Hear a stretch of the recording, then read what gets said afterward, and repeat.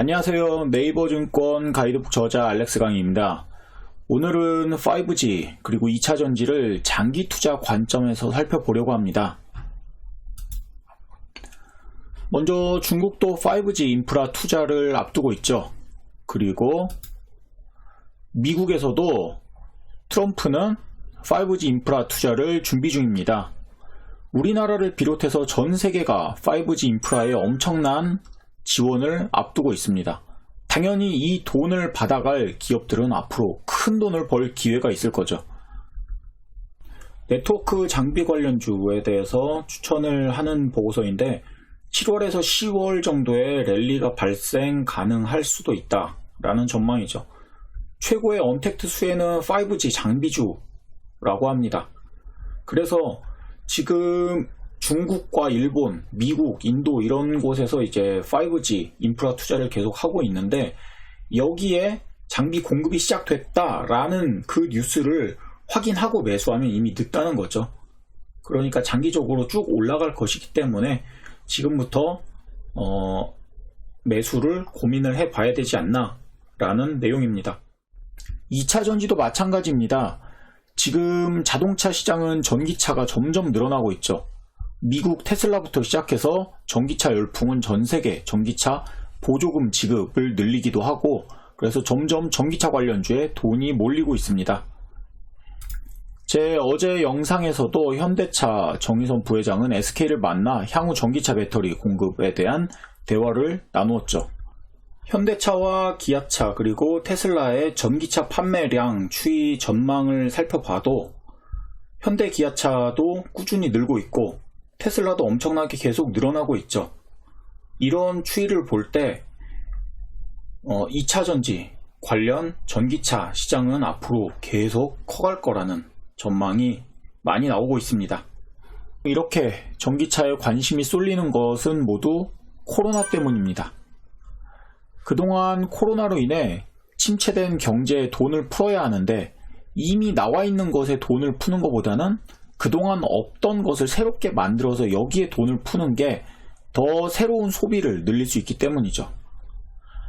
그러니까 이전에 없던 5G 그리고 이전에 없던 전기차 시장을 늘려서 새로운 소비를 촉진시켜서 다시 경제를 활성화시키려는 것입니다. 이미 휴대폰은 있지만 이번 기회에 5G 휴대폰으로 바꾸고 이미 자동차도 있지만 이번 기회에 전기차로 바꾸라는 거죠.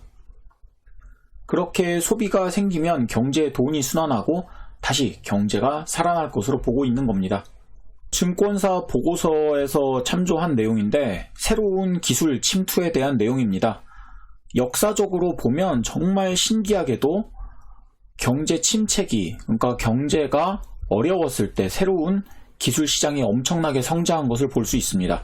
먼저 1930년대 세계 경제 대공황 시절에는 라디오가 이 당시 엄청나게 많이 쭉 보급이 되면서 기술이 전파가 됐죠. 1970년대를 넘어서서 이때는 오일 쇼크가 있었는데 이 당시에 컬러 텔레비전이 엄청나게 보급이 됐습니다. 2000년대 초반 닷컴 버블 시기에는 컴퓨터와 인터넷이 이때부터 급격하게 성장을 했고 그리고 2008년도 금융위기 시절에는 이때를 전후해서 스마트폰 시장이 엄청나게 커졌죠. 이런 게 우연이 아니라는 거죠. 그냥 기술이 발전하니까 알아서 시장이 커진 게 아니라 경제가 어려우니까 다시 경제 성장을 위해서 정부 투자 확대, 인프라 투자, 소비 활동 증대, 사회적 분위기로 인해서 만들어진 그런 기술의 확장이라는 거죠. 그러면 주가는 어떻게 될까요? 사회적으로 기술 침투율이 10%를 전후해서 주가가 1차 도약기, 2차 도약기에 큰 상승이 있었습니다.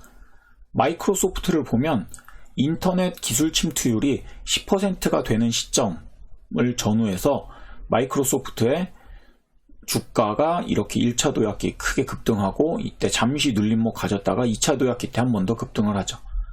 애플도 살펴보면 2008년도 금융위기를 전후해서 기술 침투율 10%를 기준으로 1차 도약기 주가가 급등했다가 눌림목 갔고 다시 또 2차 도약기에서 주가가 계속 급등을 해왔습니다. 그러면 지금 5G와 2차 전지 기술 침투율은 얼마나 될까요? 이 보고서에 따르면 현재 전기차 침투율은 3%, 그리고 5G 기술 침투율은 4% 정도로 추정하고 있습니다. 그렇기 때문에 아직은 1차 도약기가 지금 진행이 되고 있는 상황이고 2차 도약기는 아직 찾아오지 않았다는 이야기죠. 앞으로 5G와 2차 전지에 대한 주가 상승이 계속 기대가 된다는 내용입니다.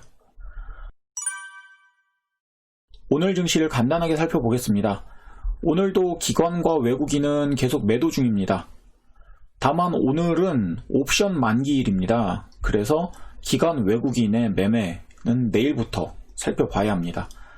기관이랑 외국인은 선물 옵션 같은 파생시장에서 수익을 거두기 위해서 현물인 주식시장 주식을 사고 팔면서 비중을 조절합니다. 그러니까 기관과 외국인이 만기일에는 진짜 주가 상승을 기대하고 매수하거나 또는 진짜 주가가 앞으로 계속 하락할 거라고 생각하고 파는 게 아니라는 겁니다. 그래서 내일 이후 기관과 외국인 매매 방향을 살펴보고 앞으로의 증시 방향을 생각을 해봐야 됩니다. 내일 이후의 주식시장 상황이 궁금하시면 구독과 좋아요, 알람 설정 해주시고 제 영상 기다려주세요. 그러면 오늘도 좋은 하루 되세요. 감사합니다.